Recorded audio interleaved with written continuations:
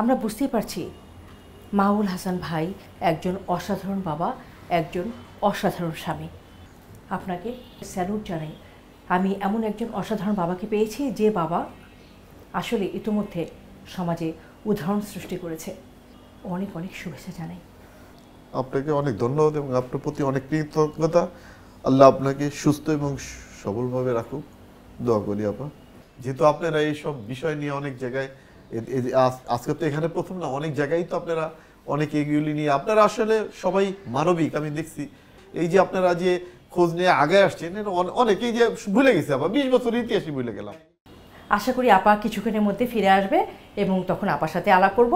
তো ততক্ষণে ছেলেদের সাথে আলাপ করি, কেমন? জি। সামি, কি করছো এখন তুমি? আমি এবার এসএসসি দিলাম। পরীক্ষা কেমন হয়েছে? পরীক্ষা আসলে ভালো হয়েছে।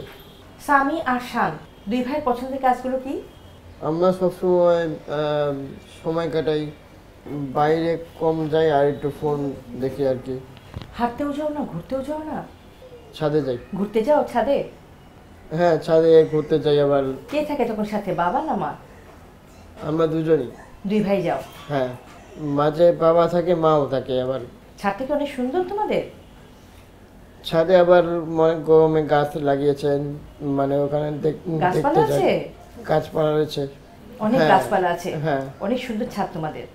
তাহলে চলো তোমাদের ছাদে ঘুরতে যাই, আর ঘুরতে ঘুরতে তোমাদের গল্প শুনবো, কেমন? দর্শক চলুন চলে যাই সামি এবং শানের সাথে ওদের ছাদে। ছাদটা নাকি অনেক সুন্দর।